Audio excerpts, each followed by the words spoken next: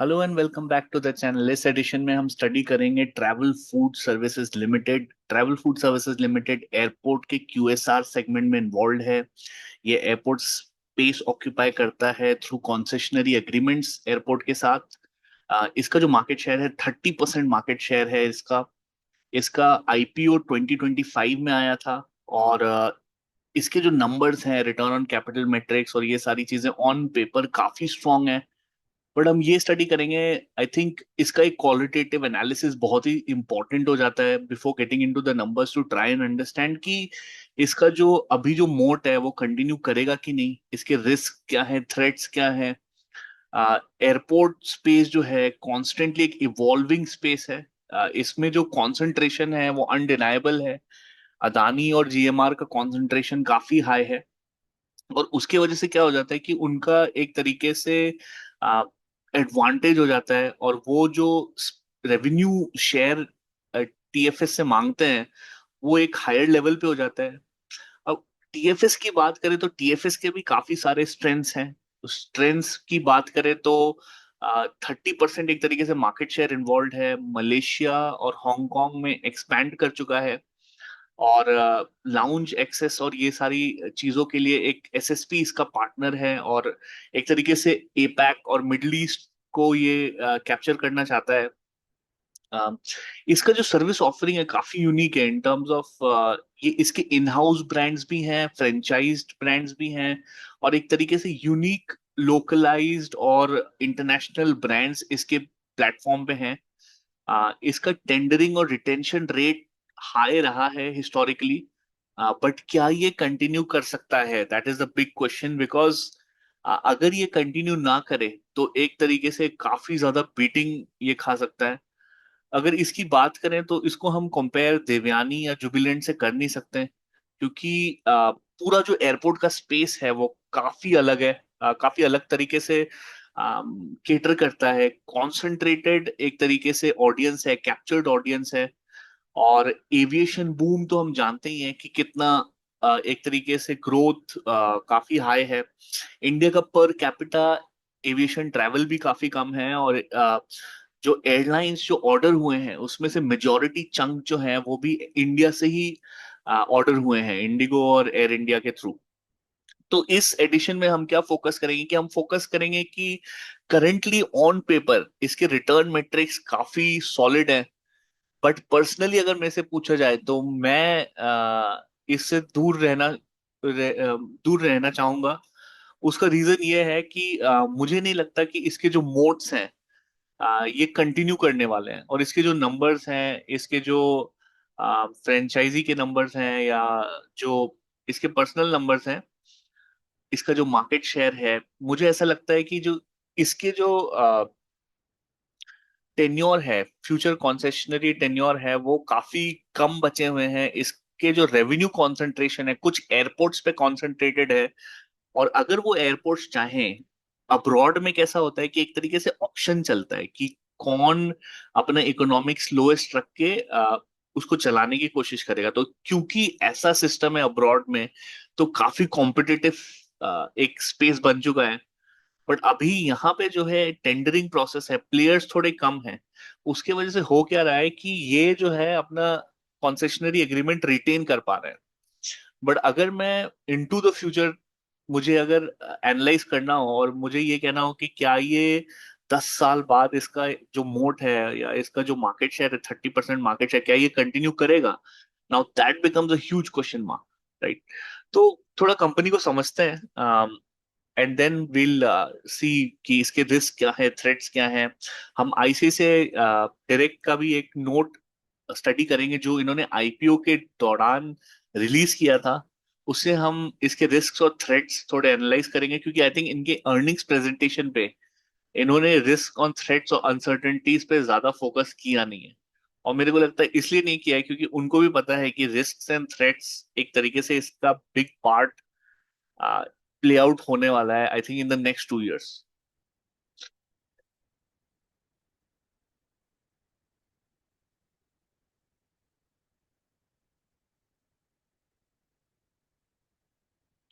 तो हम यहाँ से पहले स्टार्ट करेंगे थे कंपनी ओवरव्यू से। इनके जो कंपनी ओवरव्यू है उनके फाइनल स्लाइड्स में और अच्छे तरीके से दिया हुआ है इनके इन्वेस्टर प्रेजेंटेशन में। तो जैसा मैं कह रहा था, इसका 30% मार्केट शेयर है, राइट। 518 ट्रैवल क्यूएसआर आउटलेट्स है, 145 ब्रांड पोर्टफोलियोज है।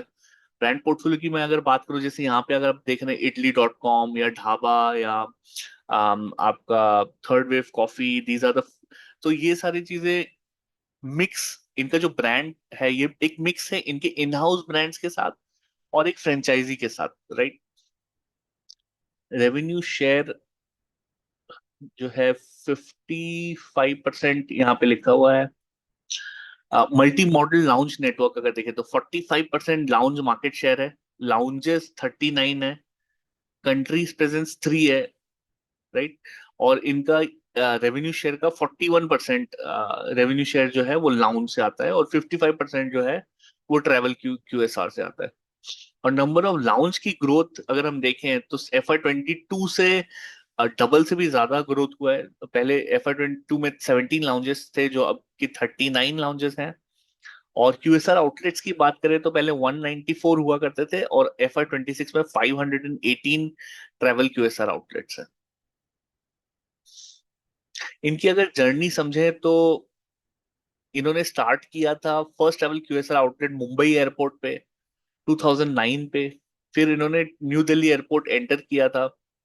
फिर 2010 टू 15 में इन्होंने के बीच में इन्होंने एक लाउंज ओपन किया था मुंबई एयरपोर्ट में, और बिड्स विन किए थे फूड एंड बेवरेज के लिए चेन्नई और कोलकाता एयरपोर्ट में। तो बहुत ही ग्रेजुअली धीरे धीरे इन्होंने अपना स्पेस ऑक्यूपाई करना शुरू किया। तो एसएसपी ग्रुप के साथ इनका एक स्टेक परचेज हुआ है 2016 टू 18 में। और SSP is one of the leading travel एफएनबी operators globally.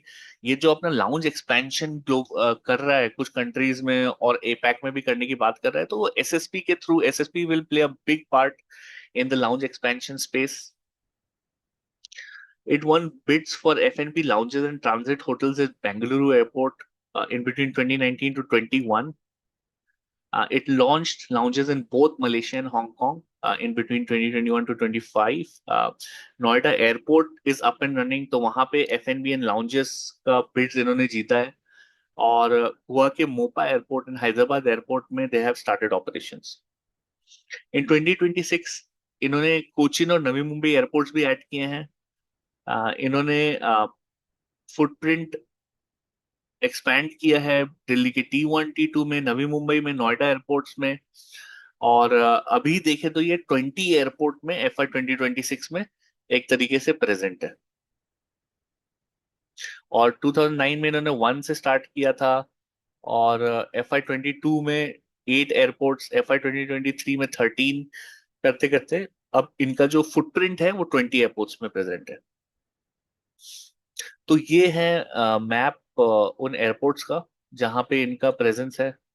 आप देख सकते हैं कि Guwahati, Calcutta, Lucknow, under execution Noida and Bhogapuram airport है। और यहाँ पे ऑपरेशनल में अगर आप देखेंगे तो ये सारे एयरपोर्ट्स हैं, और इंटरनेशनली हांगकांग, कोलालंपुर और Kota Kinabalu and Kuching. So these are some of the international airports जहाँ पे ये प्रेजेंट है। तो यहाँ पे आप देखेंगे कि इनका जो कॉन्ट्रैक्ट रिटेंशन रेट है, तो वो 92% है, वो कह रहे हैं। 14 out of 15 largest airports in India में ये प्रेजेंट है, राइट। और लॉन्ग टर्म कंसेशंस जो हैं वो इन एयरपोर्ट के साथ हैं, नोएडा, कोचिन, गोवा, डाबोलिम और ये सारे। तो यहाँ पे अगर आप देखेंगे तो एवरेज कंसेशन ड्यूरेशन जो है 8.41 ईयर्स का है, और कॉन्ट्रैक्ट रिटेंशन रेट 92.1% है। तो ये numbers I think for anybody जो इसमें इन्वेस्टेड है या जो आगे इन्वेस्ट भी करना चाहता है, taking certain risk, who should track this number, because I think ये नंबर काफी तरीके से डिटरमाइन करेगा कि ये स्टॉक किस डायरेक्शन में जाए। मेरा माने तो इसमें रिस्क थोड़ा ज्यादा है। और ये जो 8.41 इयर्स हैं ये ओवरऑल है। और अगर हम इसका आईसीआईसीआई डायरेक्ट रिपोर्ट पढ़ें तो जो बिगर एयरपोर्ट्स है, राइट, बिगर एयरपोर्ट्स में इनका कॉन्सेशन पीरियड 3 3 to 4 years ही हैं। और बिगर एयरपोर्ट्स का जो रेवेन्यू चंक है, इसका 86% रेवेन्यू चंक बिगर एयरपोर्ट से आता है। तो ये जो एवरेज कंसेशन है ये वेटेड एवरेज नहीं है। मतलब आपको ऐसे लेना चाहिए कि आपके रेवेन्यू के कंसंट्रेशन के हिसाब से आपको एवरेज कंसेशन लेना चाहिए था। बट इन्होंने एक फ्लैट एवरेज कंसेशन ले लिया है कि छोटे एयरपोर्ट्स पे भी कंसेशन ड्यूरेशन ज्यादा है, और बड़े एयरपोर्ट में कंसेशन ड्यूरेशन अगर कम भी है तो फिर भी आपका एवरेज कंसेशन ड्यूरेशन ज्यादा दिखेगा, जो कि मेरे को लगता है एक मिसलीडिंग नंबर है with in the investor presentation. ये इन्वेस्टर्स को एक तरीके से उल्लू बनाने वाला काम है, अगर मैं सीधा सीधी भाषा में बताऊं तो। और यहाँ पे अगर आप देखें तो इंटरनेशनल पार्टनरशिप जो इनका है एसएसपी मलेशिया के साथ है, एसएसपी टीएफएस एच के लाउंज के साथ है। तो यहाँ पे हम ब्रांड्स की बात कर रहे थे और हम ये कह रहे थे कि कैसे नंबर ऑफ ब्रांड पार्टनर्स इनके इंक्रीज हुए हैं। मार्च 2023 में 55 थे और वहां से इंक्रीज होकर 98 हो गए हैं। अगर आप एयरपोर्ट्स कॉन्स्टेंटली ट्रैवल कर रहे हैं तो ये सारे ब्रांड्स आप डेफिनेटली देखे होंगे।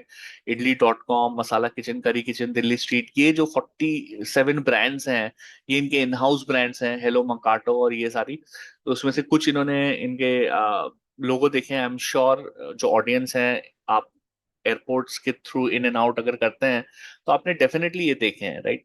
और अगर इनके पार्टनर ब्रांड्स देखें तो इंटरनेशनल फ्रेंचाइजी ब्रांड्स तो नांदोज है, Jamie Oliver's pizzeria, Subway, pizza Hut, so these are some of the international brands. और रीजनल ब्रांड्स देखें तो वाओ मोमो, बेरूट है, थर्ड वेव कॉफी, जोश, तो Biggies Burger, so these are some of the regional brands. तो ये अगर onboard इनके साथ आए तो सबसे बड़ा फायदा ये हो जाता है कि आप एयरपोर्ट्स में अगर आपको टेंडर डालना होता है तो क्योंकि आपके पास इतना big mix of international and regional brands हैं, तो that presence itself very positively on the tender.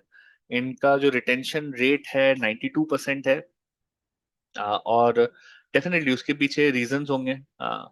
तो वो स्टडी करना बहुत ही ज्यादा इंपॉर्टेंट है मेरे हिसाब से, before getting into the stock, या बिफोर थिंकिंग अबाउट एग्जिटिंग। और मैं कोई स्टॉक रिकमेंडेशन नहीं दे रहा, या मैं किसी स्टॉक के बारे में नेगेटिवली अपना व्यूज प्रेजेंट कर रहा हूँ। तो मतलब ये कोई रिकमेंडेशन नहीं है कि आप इसको बाय या सेल करें। आप अपना डिसीजन डेफिनेटली एक इन्फॉर्म तरीके से ले सकते हैं, और थोड़ा स्टडी करके और अपने फाइनेंशियल एडवाइजर से बात करके जरूर लीजिए अपना अपना डिसीजन। तो यहाँ पे इन्होंने डाला है कि brand attractiveness leads to master multi concession agreements, aim and work to achieve a healthy mix of in house and partner brands, and work closely with brand partners to adapt offerings to travel environment. So इनके जो promoter है SSP, इनके इसके बारे में थोड़ा लिखा है इन्होंने कि it is one of the leading travel एफएनबी operators globally in 2024। 3000 plus एफएनबी outlets हैं, 600 प्लस लोकेशन में है, 38 कंट्रीज में है। तो अगर आप इस तरीके से देखें तो आप ये भी कह सकते हैं कि एसएसपी इतना बड़ा बन चुका है और ग्लोबली एक फुटप्रिंट है, तो इंडिया से एक ऐसा ब्रांड क्यों नहीं आ सकता जो ऐसा ग्लोबल फुटप्रिंट या ग्लोबल प्रेजेंस अपना बना पाए। अगर आपको कन्विक्शन है तो करेंटली स्टॉक का market cap close to 16,000 crore है। और अगर आप ये कहते हैं कि डेफिनेटली मतलब इसका ट्रैजेक्टरी जो है एसएसपी के लेवल तक जाएगा या एसएसपी के बियॉन्ड जाएगा, और ग्लोबली एक तरीके से जो कॉम्पिटिटिव एनवायरनमेंट है उसमें धीरे बाय धीरे ये एक अपना शेयर, मार्केट शेयर लेता जाएगा, तो इट्स एनीबॉडीज गेस कि ये 16,000 करोड़ का जो मार्केट कैप है ये कितना तक आगे जा सकता है। That is also very important analysis आप जो आप कर सकते हो। आप क्या कर सकते हो कि आप ट्रैवल फूड्स को कंपेयर कर सकते हो सम ऑफ द ग्लोबल कॉम्पिटिटर्स के साथ। उनका अगर वो लिस्टेड है तो उनका मार्केट कैप कहाँ पे है और उनका वैल्यूएशन कैसा है, तो उस हिसाब से अगर आप देखोगे तो यू कैन एनालाइज। ऑब्वियसली मतलब दोनों अगर अलग मार्केट्स में अवेलेबल है तो उसके ग्रोथ फैक्टर्स भी अलग होंगे। इंडिया का एविएशन ग्रोथ मार्केट जो है वो 7 to 8% से ग्रो कर रहा है, वेर एज डेवलप्ड इकोनॉमीज का 2 to 3% से ग्रो कर रहा होगा।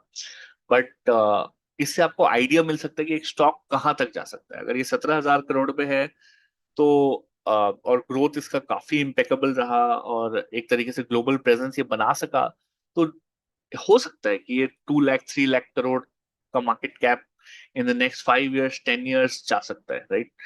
तो ये ऐसा एनालिसिस करना बहुत इंपॉर्टेंट होता है, I think, before entering into a stock. तो इसके जो पार्टनर्स हैं, के हॉस्पिटैलिटी भी जो है, K hospitality is a Indian एफ&बी प्लेयर, राइट? ऑपरेट्स, ओन्स और invest in hospitality and food service companies. और सेवरल स्ट्रेटेजिक बेनिफिट्स अगर आप देखें कि हॉस्पिटैलिटी का, key is understanding of Indian consumers. तो ये अगर सपोज साउथ इंडियन इनके इन हाउस ब्रांड्स हैं तो उसका कॉन्सेंट्रेशन ज्यादा साउथ के साइड होगा। और अगर दिल्ली और ये सारे हैं तो साउथ का थोड़ा आउटलेट्स कम होगा। वो सारी चीजें आई थिंक एक ऑपरेशनल इंसाइट्स भी मिलता है इनको। इन सब टीएफएस फॉर एग्जांपल अगर मैं बात करूं तो इनको एग्जैक्टली पता है कौन सा फ्लाइट कब डिले हुआ है। जहां पे आपका डिले होगा वहां के आसपास आपके जो कियोस्क हैं उसका ट्रैफिक, एक तरीके से फुटफॉल काफी बढ़ जाएगा। तो ये सारे जो स्ट्रेटेजिक इंसाइट्स हैं ये भी बहुत प्ले आउट करती हैं कि अगर सपोज मान लीजिए आपका एक सबवे स्टोर है इन एंड अराउंड वो गेट जहां पे फ्लाइट डिले हुआ है, तो whether your Subway store is sufficiently stocked up, वो इनके पास इंसाइट रहता है। और फ्लाइट डिले हुआ है तो वो स्टॉक अप रहना चाहिए। और ऑल्सो इनसाइट्स इनके पास ये भी एक एडवांटेज रहता है कि इनका जो लाउंज का किचन है और इनका जो क्यूएसआर ब्रांड का किचन है ये कॉमन रख के ये कॉस्ट कटिंग कर सकता है। तो ये कुछ एडवांटेजेस हैं जो अगर आप gamut of international regional brand और ट्रैवल लाउंज पूरा इकोसिस्टम अगर आप एयरपोर्ट का कैप्चर कर सकते हैं तो एक तरीके से आप कॉस्ट कट कर सकते हैं। जैसे बाहर पे सेंट्रल किचन का थीम काफी चल चल चल रहा है, उसी हिसाब से आप अगर सारे चीजों को एक इकोसिस्टम में लेके आ जाते हैं तो आप कॉस्ट एफिशिएंसीज डिराइव कर सकते हैं।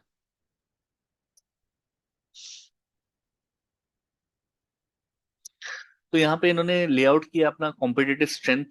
तो multi unit operations eight airport, जो कि मैं अभी बता रहा था कि क्यूएसआर है, क्यूएसआर लाउंजेस हैं, क्यूएसआर है, लाउंजेस हैं और ये सारी चीजें हैं। तो क्योंकि एक मल्टी यूनिट ऑपरेशन है तो उसका एक एडवांटेज इनको मिलता है using a wide range of brand and concepts to satisfy customer demand. तो रीजनल है, इंटरनेशनल ब्रांड्स हैं, सारे हैं। और आपके प्रीमियम लाउंजेस हैं, lounges which operate on card, credit card, इसके साथ पार्टनरशिप्स हैं टीएफएस का। तो एक तरीके से गैमट ऑफ ऑफरिंग्स काफी वाइड है।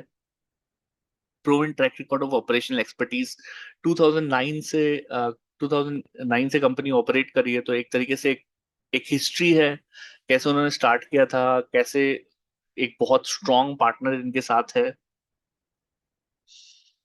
तो leading player in the travel QSR and lounge sector in airports, deep understanding of traveler preference, a portfolio of a wide range of F&B concepts, but long relationship with airports, retention इनका rate जैसे हमने देखा था contracts का 92% है। But बड़े airport में जैसे कि मैंने आपको बताया कि जो कॉन्सेशन एग्रीमेंट्स हैं वो उसका एवरेज ड्यूरेशन कम है compare to the overall average duration of 8 years, 8 to 9 years. So that is something that needs to be watched out for. Financial performance and high standards of governance. On paper, I think impeccable return on capital metrics हैं.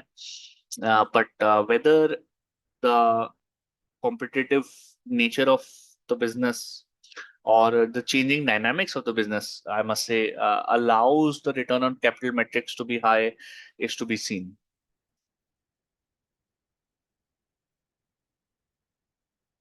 CSR के initiatives में नहीं जाएंगे, तो थोड़ा ऊपर और देख लेते हैं। I think what are some of the things which they have mentioned within their investor presentation. So this is the message from the Managing Director and CEO for the Q4 FY26 um, earnings presentation. So he has mentioned कि they have started operation in Kochi and Delhi airports. They have scaled up. Navi Mumbai is seeing the opening of new concept and यहाँ पे system wide sales का एक mention है। तो system wide sales मैं बता दूं कि this is different from the company revenue. So system wide sales means अगर आपके पास फ्रेंचाइजी हैं या पार्टनर्स हैं तो आप उनका भी सेल्स इसमें अकाउंट करते हो। तो ऑब्वियसली इसका जो सेल्स है ये स्क्रीनर के सेल्स से मैच नहीं करेगा। और इस पे आपको एक तरीके से एक रॉयल्टी मिलती है, तो वो रॉयल्टी आप अकाउंट करोगे। और कंपनी का सेल्स और सिस्टम वाइड सेल्स में फर्क ये है। और year on year growth in system wide sales अगर आप देखें तो 26% का ईयर ऑन ईयर ग्रोथ है। बट अगर हम कंपनी के सेल्स की बात करें तो उसमें एक तरीके से स्टैग्नेंसी हमें देखने को मिल रहा है। तो ये हम आई थिंक नीचे भी हमने देखा था 45% का मार्केट शेयर है एयरपोर्ट लाउंज मार्केट में।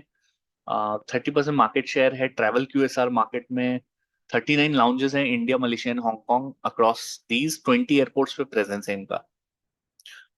फाइनेंशियल परफॉर्मेंस देखें तो यहाँ पे आप देख सकते हैं कि 3214 मिलियन का FY 26 में सिस्टम वाइड सेल्स हुआ था, विच इंक्लूड्स कि अगर KFC अपना सेल्स कर रहा है और सबवे कर रहा है जो कि इनके इन हाउस ब्रांड्स नहीं है तो उनका भी सेल्स आप लेके एक तरीके से एग्रीगेट आप बता रहे हो इसमें। बट कंपनी का सेल्स जो है जो हम स्क्रीनर एनालिसिस में देखेंगे वो इससे काफी कम है। और सिस्टम वाइड सेल्स में एक तरीके से 25.4% का ईयर ऑन ईयर ग्रोथ देखने को मिला था। और Q4 FY 26 में 27.7% ईयर ऑन ईयर ग्रोथ हमें देखने को मिला था। प्रॉफिट ग्रोथ की बात करें तो consolidated PAT expanded 452.3 million FY 26 reflecting growth of 21.5% year on year. PAT reached 122 crore for Q4 FY 26 which was 15.1% up. तो इन्होंने 2026 में अपना फुटप्रिंट एक्सपैंड किया दिल्ली T1 एंड T2 में, Kochi airport, and they have also opened a second lounge in Hong Kong.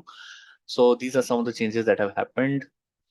System wide sales की अगर हम बात करें तो ये हम डिस्कस कर चुके हैं। तो passenger traffic at TFS management system wide level broadly traffic थोड़ा कम था इस साल। आई थिंक बहुत सारे डिसरप्शन चैलेंजेस मिडल ईस्ट और ये सारी चीजों में आई थिंक काफी डिसरप्टिव ईयर रहा था ये। आई थिंक पूरा एक तरीके से आपका जो सेगमेंट जो दुबई और मिडल ईस्ट से आता था वो काफी कॉन्फ्लिक्ट रिडन था। उसकी वजह से ट्रैफिक पे काफी इम्पैक्ट एक तरीके से पड़ा था। मिडल ईस्ट कॉन्फ्लिक्ट का इन्होंने जिक्र यहाँ पे भी किया है।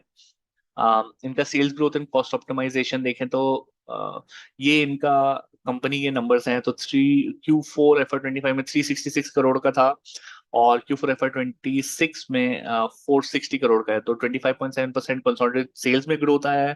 पैट मार्जिन अगर आप देखें तो 26.6% जो कि काफी अच्छा है इन टर्म्स ऑफ अगर आप ब्रॉड स्पेक्ट्रम ऑफ स्टॉक्स देखें।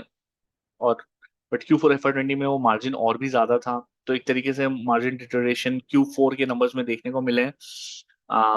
और ग्रोथ वाइज ठीक रहा है।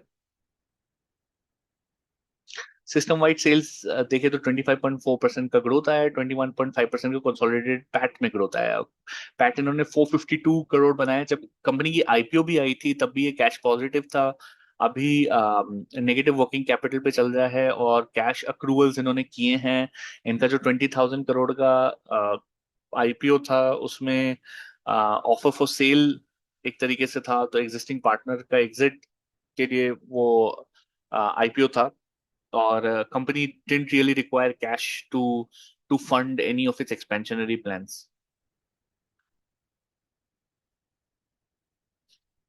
तो की फाइनेंशियल मैट्रिक्स अगर हम देखें तो अर्निंग्स पर शेयर 33.4 रुपीज पर शेयर हुआ है जिसमें 24% ईयर ऑन ईयर ग्रोथ देखने को मिला है।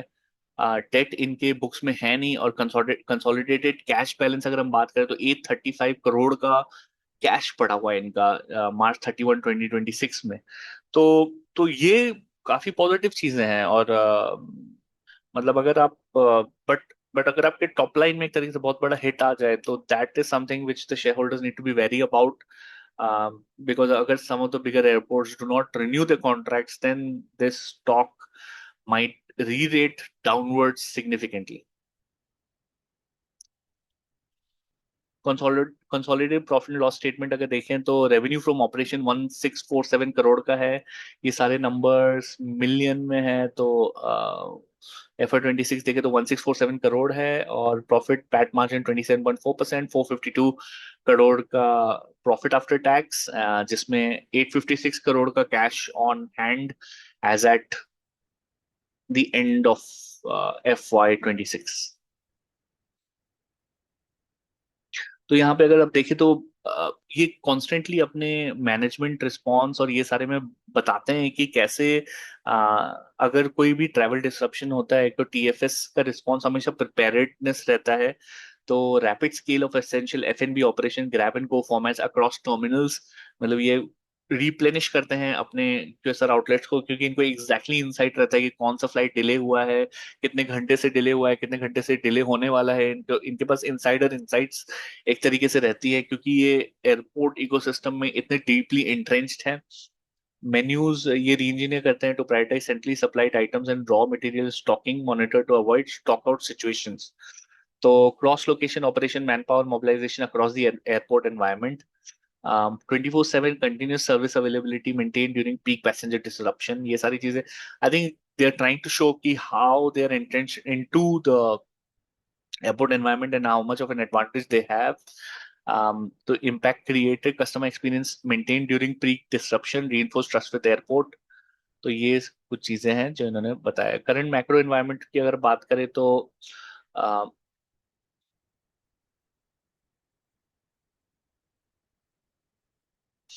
तो नियर टर्म सेक्टोरल हेडविंड्स ये कह रहे हैं, क्योंकि जियोपॉलिटिकल टेंशंस एक तरीके से चल रही हैं।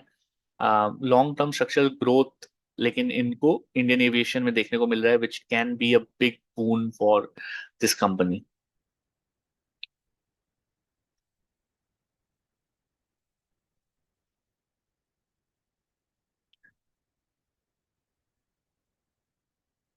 तो ये आई थिंक हम देख रहे थे नीचे भी ट्रैवल क्यूएसआर आउटलेट्स जो है एक तरीके से 442 से 518 में इंक्रीज हुआ है, 37 से 39, 127 से 145। यहाँ पे देखे तो की ऑपरेशन हाइलाइट्स है, increase airport presence, scaled up travel QSR outlets 518 अभी हो गए हैं इनके, with addition of 76 outlet in 12 months across Navy, Mumbai and Cochin airports. Enhanced lounge network. I think second Cairo lounge इनका हांगकांग में खुला है.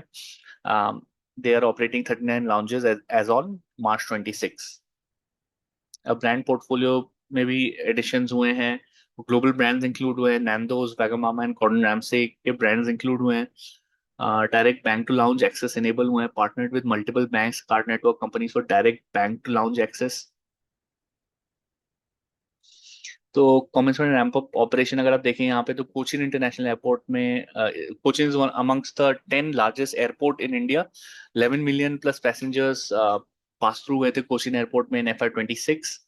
और इंदिरा गांधी टर्मिनल 1 में अगर आप देखें तो 40 million plus passengers pass through हुए थे, scaling up to 33 travel QSR units. Navi Mumbai international airport में operations, commercial operation through joint venture with Semolina Kitchens. Operation started in December 20, scale up as per planned schedule, early participation in major greenfield airports ecosystem. और Noida international airport जो है इनको award हो चुका है contract to operate travel QSR outlets in lounges. Airport inaugurated in March 26 and should be operational I think in June to July of this year. Planned opening in first half of FY 27 इनके जो travel QSR outlets हैं।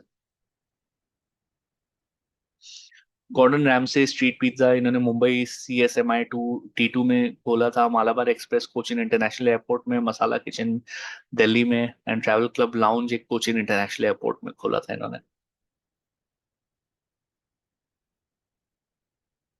तो यहाँ पे अगर हम Indian aviation sector के की ट्रेंड्स देखें तो आपको क्लियरली देखने को मिल सकता है कि India is going to be positioned as the third largest aviation market. और इनका जो CAGR का ग्रोथ है क्लोज टू 7 to 8% रहने वाला है, passenger traffic growth compare to 3 to 4% CAGR globally. और अगर आप पर कैपिटा इनकम की बात करें तो इंडिया में ग्रोथ 3.5% CAGR से रहने वाला है, where is global it is 1.4% CAGR। And air passenger traffic per capita देखे तो 0.29 इंडिया में है, 1.08 चाइना में, 5.59 यूएसए में है। और विद और भी एयरलाइंस आई थिंक अभी इंट्रोड्यूस हो रही हैं। जो फियास्को हुआ था इंडिगो का, आई थिंक स्टाफ के प्लानिंग एक्टिविटीज में they were over exploiting the staff in terms of the hours that was allowed, and DGCA struck them hard. um, and to say that they are not allowed to involve the staff for more than a particular number of hours, because of which there was a major disruption that happened, and that resulted in a huge overhaul and introduction of new airlines, which I think should hold the industry in good stead. But अगर देखा जाए तो ये जो airlines के stocks हैं, ये एक ऐसे इंडस्ट्री में है जो कि ग्रो तो काफी कर रहे हैं, मतलब, बट वो फायदा जो है एयरलाइंस को बहुत कम देखने को मिल रहा है। आई थिंक जो एयरलाइंस जो अच्छा किए हैं, एमिरेट्स, सिंगापुर, और आप देखेंगे कि उसमें एक कॉमन ट्रेंड है कि वो गवर्नमेंट फंडेड है। तो गवर्नमेंट फंडेड का फायदा यही होता है कि वो अनलिमिटेड पैसा एक तरीके से उनके पास रहता है। They can create a service quality which is uncomparable. तो वो एक चीज है। I think rich countries are funding their airlines business to provide a service quality which is much much higher. तो अगर हम बात करें तो Air India is really struggling. अभी आई थिंक लॉसेस के नंबर्स आए थे जो कि काफी हाई थे, 26,000 crore if I remember correctly. और एमिरेट्स और सिंगापुर, कतर और ये सब, क्योंकि ये गवर्नमेंट बैक्ड है, गवर्नमेंट फंडेड है, तो इनका एक तरीके से रीच बहुत ज्यादा है। एक ट्रांजिट हब बन चुका है, जो कि they are very playing a very important role in creating a transit hub for their local airports, and also उनका सर्विस क्वालिटी बहुत हाई है। तो कस्टमर रिटेंशन, रिपीटेबिलिटी और ये सारी चीजें काफी हाई है, because of which I think the profitability metrics and those kind of things are also very high. Number of airports in India की अगर बात करें तो FY 25 में करंटली 163 है, which is projected to 350 to 400 by FY 47। Increase in aircraft fleet भी अगर हम देखें तो एग्जिस्टिंग एयरक्राफ्ट फ्लीट 750 प्लस है, which is very low compared to the USA and the density that USA has, but obviously USA has a much higher per capita air travelers. So so it'll be interesting to see. I think there's a very interesting space with very few players जो कि capable है to give returns. According to me airports are the best way to generate returns. पर मुझे कोई ऐसा एक airport का stock दिखता ही नहीं है जो कि मतलब एक तरीके से सिर्फ एयरपोर्ट्स पे डेडिकेटेड हो। अगर मैं GMR की भी बात करूँ तो उसमें काफी खिचड़ी बना हुआ है एक तरीके से, और काफी सारे बिजनेसेस एक ही स्टॉक के अंदर डाले हुए हैं, तो it's not a pure airport play. Adani airport, I think there is no smoke without fire, so I think उस entrepreneur के बारे में जितना कम बात किया जाए उतना ही बेहतर है, क्योंकि आई think the kind of trouble that he's landed himself into, but maybe he's larger than the system. Um, he's won the court cases in the US, तो I think देखते हैं, I think कितना और चलता है अदानी के स्टॉक्स। यहाँ पे अगर देखें तो existing aviation hub expansion Delhi, Bangalore, Hyderabad में हो रहा है। New airport development Navi Mumbai and Noida में, and airport investment privatisation 1 lakh crore plus, and 11 airports में targeted privatisation in the near term होने वाला है।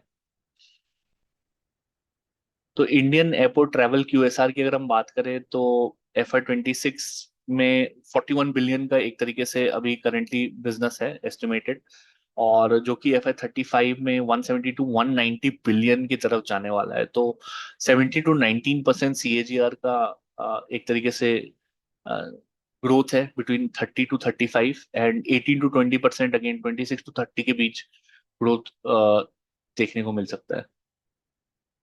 और contribution of food and beverage to airport retail revenues is close to 34 to 35%. तो very important segment for the airports as well. Airports अगर मतलब इसको अच्छे से रन करते हैं तो काफी ज्यादा कैश एक तरीके से जनरेट कर सकते हैं। I think airports are making good money in terms of user development fee hike हो गए हैं, और they are the best place for passing on inflation from airports directly to the consumers. Airport के भी दो चंक होते हैं, एक होता है रेगुलेटेड रेवेन्यू एवेन्यूज, एक होता है अनरेगुलेटेड रेवेन्यू एवेन्यूज। तो ये जो सारा ट्रैवल QSR है, ये थोड़े से अनरेगुलेटेड में आते हैं। रेगुलेटेड में आपके वो सारे हैं कि फ्लाइट लैंड कर रहे हैं तो उस एक फ्लाइट से आपको इतना यूजर डेवलपमेंट फी मिलेगा, ये मिलेगा, तो वो काफी रेगुलेटेड रहता है। बट अगर आप ये सारी चीजें देखें, ट्रैवल QSR, पार्किंग, पार्किंग में आप कितना चार्ज कर सकते हैं, क्या कर सकते हैं, तो वो एक तरीके से एयरपोर्ट के पास एक ऑन्टरप्रेन्योरल कॉल वो ले सकते हैं कि उसका प्राइसिंग वो कैसे करे, कैसे अट्रैक्ट करे, और वो सारी चीजें। तो ये एयरपोर्ट के स्टॉक्स में ये स्टडी करना बहुत इंपॉर्टेंट हो जाता है कि how much of the revenue is coming from regulated and how much is coming from unregulated, because unregulated is the one which will essentially drive growth. Regulated can be cut short. It's it's seldom cut short. It's usually increased to account for inflation and those kind of things. But the unregulated part is the part where um, the airport operators are very much interested. Fairfax has a stake in Bangalore Airport, and I think a lot of the investors are very interested in airport stocks because of the nature of the business. कि हर flight land करे तो आपको पैसा मिलेगा, flight अगर parking में है तो आपको पैसा मिलेगा, उसका मेंटेनेंस आप कर रहे हैं, बट ये क्यूएसआर आपने उसको कॉन्सेशनरी एग्रीमेंट्स बना दिए और रेवेन्यू शेयरिंग में डाल दिया। अब वो जितना भी बेचे आपको उस पे कट मिलेगा, पार्किंग से कट मिलेगा, तो मतलब काफी इंटरेस्टिंग स्पेस है airport space. Indian lounge industry अगर आप देखें तो 70 to 80 airport lounge passenger traffic in India driven through credit cards. Indian versus global देखें तो अभी काफी इट्स टू काफी स्पेस है to catch up with, there is some runway to grow here.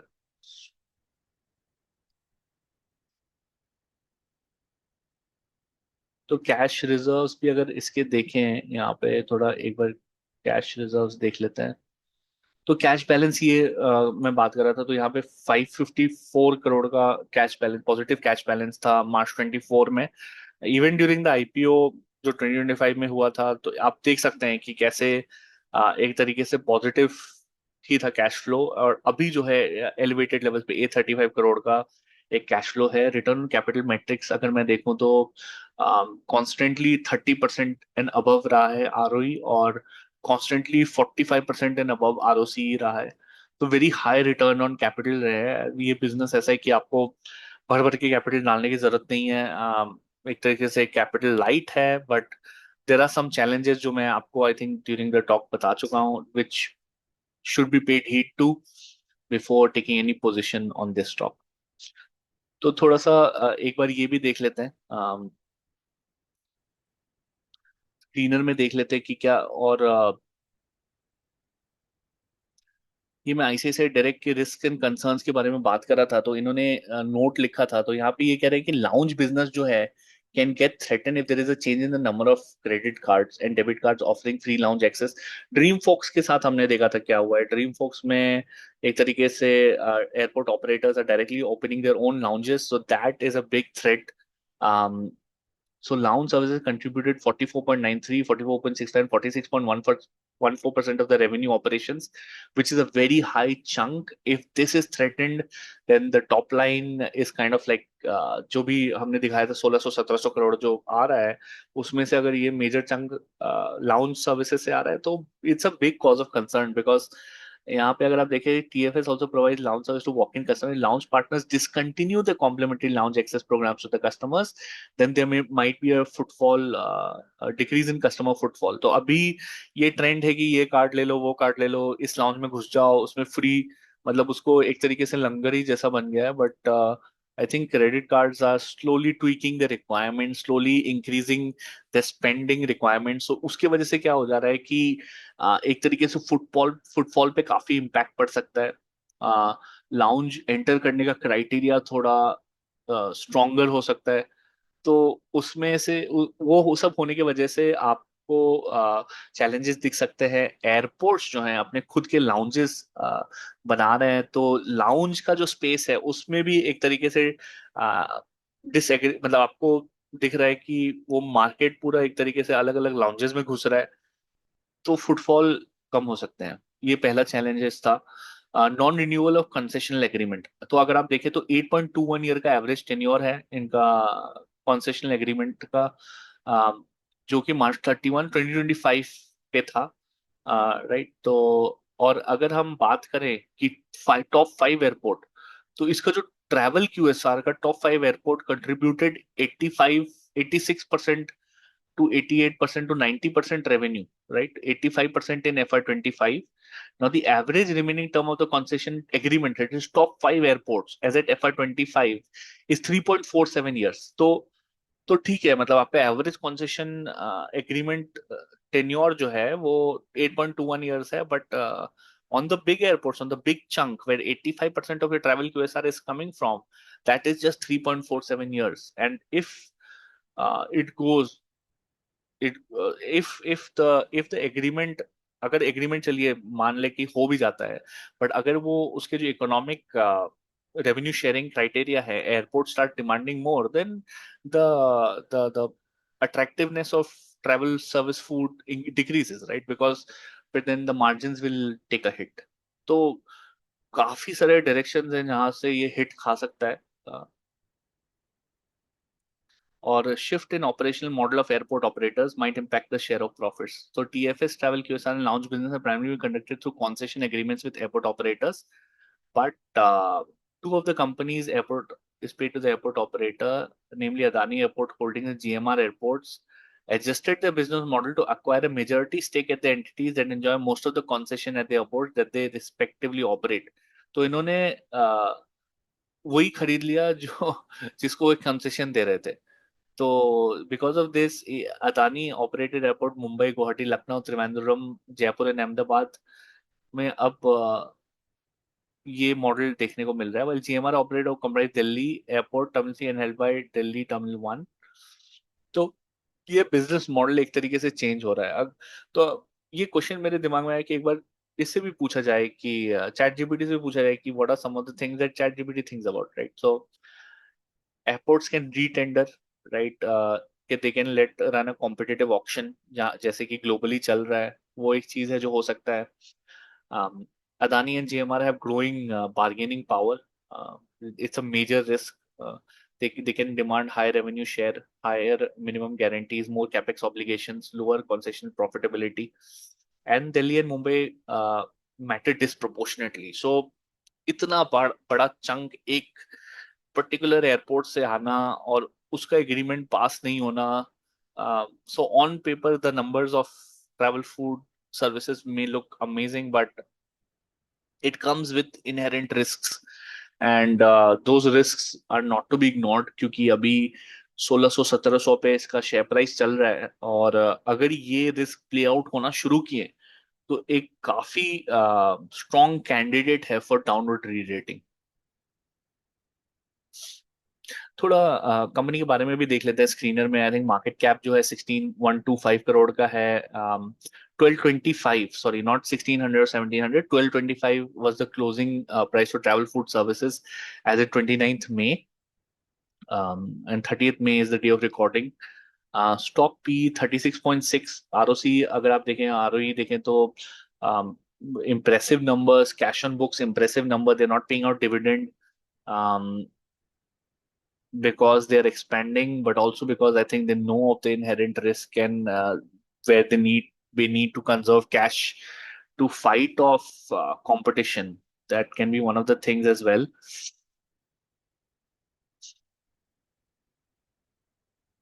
Company has reduced debt. Company has delivered good profit, 54% over last 5 years.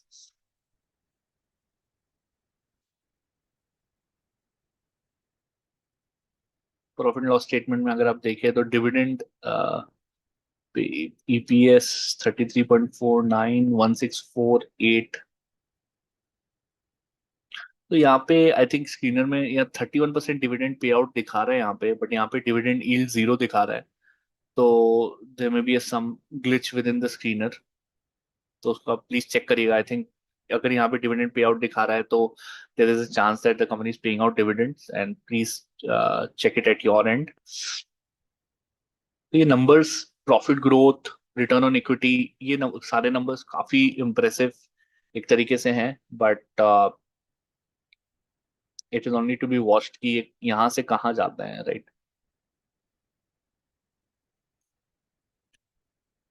Promoters का एक तरीके से 86% होल्डिंग है, और पब्लिक के पास काफी कम होल्डिंग है. तो अगर आप देखें तो मेजोरिटी ऑफ द होल्डिंग जो है प्रमोटर्स के पास है, and public has very less holdings.